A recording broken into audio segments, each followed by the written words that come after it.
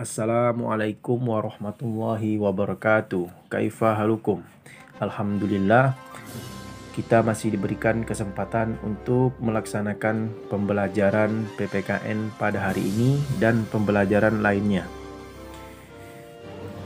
Pada minggu sebelumnya, Ustadz sudah menugaskan Ananda semuanya untuk membaca buku PPKN-nya pada bab 4, yaitu tentang keberagaman suku, agama, ras, dan antar golongan dalam Bhinneka Tunggal Ika. Hari ini kita akan mencoba membahas hal-hal pokok tentang materi tersebut. Untuk kehadiran, silakan Anda tuliskan nama kemudian kelas di kolom komentar.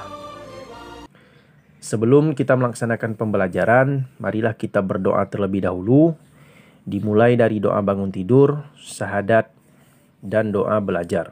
Silakan ikuti Ustadz. Bismillahirrahmanirrahim.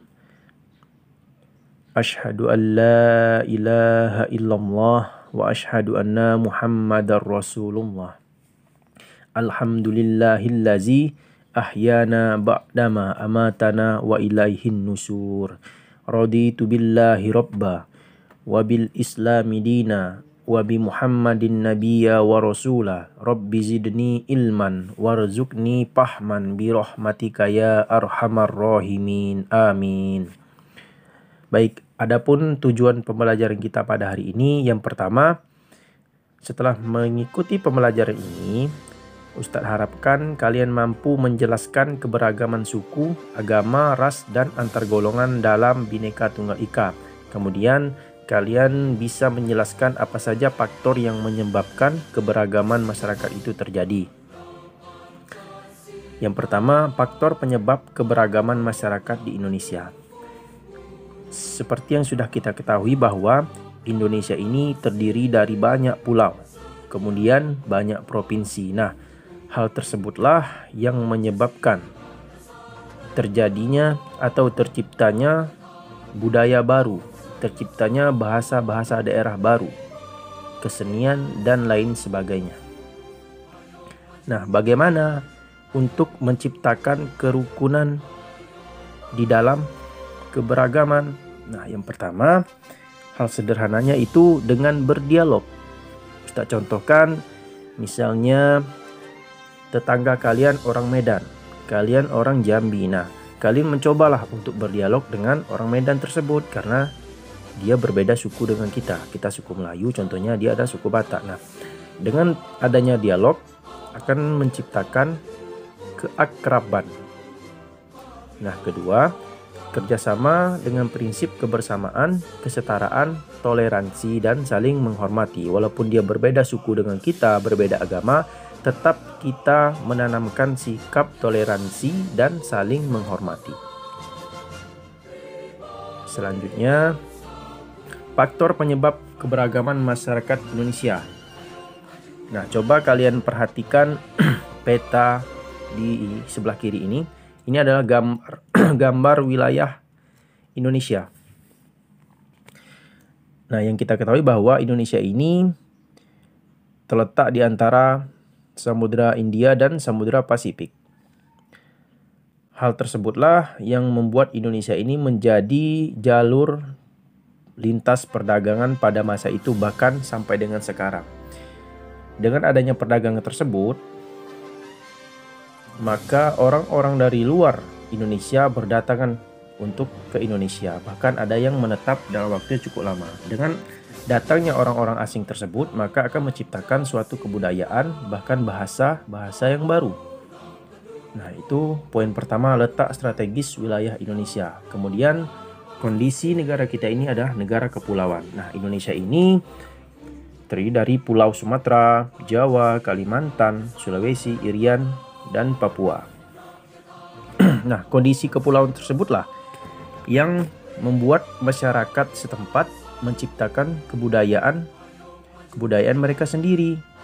Kita contohkan, orang yang tinggal di Pulau Jawa, budayanya berbeda dengan orang yang tinggal di Sumatera. Kenapa demikian? Karena untuk menjalin kedekatan mereka dipisahkan oleh yang namanya Selat Sunda. Nah, jadi karena kondisi tersebut, maka masyarakat di suatu pulau tertentu akan menciptakan kebudayaan tersendiri. Nah, seperti itu. Kemudian perbedaan kondisi alam. Keempat, keadaan transportasi dan komunikasi. Nah, poin keempat ini Ustadz contohkan antara masyarakat yang tinggal di Pulau Jawa dan masyarakat yang tinggal di Papua. Karena keterbatasan transportasi dan komunikasi, maka masyarakat yang tinggal di Papua menciptakan budaya mereka sendiri. Dan masyarakat yang tinggal di Pulau Jawa menciptakan budaya mereka sendiri. Nah, yang terakhir, penerimaan masyarakat terhadap perubahan. 2. Keberagaman suku bangsa dan budaya. Suku bangsa berarti sekelompok manusia yang memiliki kesatuan budaya dan terikat oleh kesadaran identitas tersebut. Ciri-ciri suku bangsa. Untuk membedakan suku bangsa satu dengan suku bangsa yang lain. Nah, ciri-cirinya yang pertama, bahasa daerah. Contoh, orang yang berasal dari Medan, bahasanya tentu berbeda dengan orang yang berasal dari Jawa. Begitu juga orang yang tinggal di Jambi, bahasanya berbeda dengan orang yang tinggal di Aceh. Itu contoh sederhananya. Kemudian adat istiadat. Adat Jambi, adat Palembang, kemudian adat Medan juga berbeda. Yang ketiga, sistem kekerabatan. Kemudian kesenian daerah dan tempat asal. Nah, kesenian di sini sudah jelas ya. Kita contohkan misal di Jakarta itu ada kesenian onde-onde. Kemudian di Padang ada tari piring. Kemudian di Palembang ada lagi tarinya berbeda. Nah, tentu hal tersebutlah yang menjadi ciri-ciri atau yang menjadi pembeda antara suatu suku dengan suku bangsa yang lainnya. Nah, keberagaman bangsa di Indonesia diakibatkan oleh apa? Nah, tentu dengan banyaknya suku bangsa yang tersebar di seluruh wilayah Indonesia. Mereka mempunyai ciri-ciri atau karakter tersendiri. Seperti yang Ustadz sampaikan, Jambi dan Medan berbeda. Nah, kemudian pada tahun 2010 terdapat 1128 suku bangsa. Banyaknya suku bangsa dan perbedaan antar suku tersebut membuat keanekaragaman Indonesia.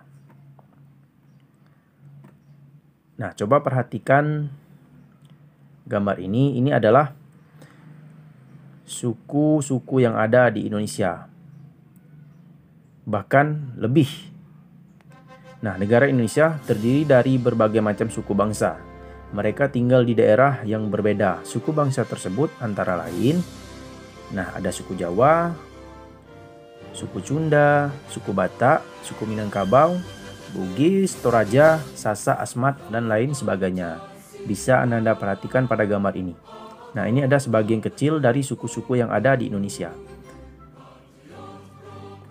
Nah, kemudian keberagaman suku bangsa dan budaya tidak menghalangi terwujudnya persatuan dan kesatuan. Artinya, untuk mewujudkan atau untuk menjaga kesatuan dan persatuan bangsa, perlu ditanamkan dalam diri kita, yaitu rasa toleransi. Apa itu toleransi? Menghormati dan menghargai perbedaan. Meskipun teman kalian misalnya dari Medan, ada yang dari Padang, kita harus menghormati, kemudian harus menghargai perbedaan tersebut. Walaupun dia non-muslim, kita tetap menghargai. Nah, syukron, terima kasih. Itulah pembahasan yang dapat Ustadz sampaikan. Silakan jika Anda belum mengerti dengan pembahasan kita pada hari ini, silakan tuliskan pertanyaan di kolom komentar dan akan kita bahas bersama-sama. Baik, Ustadz akhiri. Wabillahi taufiq wal hidayah. Assalamualaikum warahmatullahi wabarakatuh.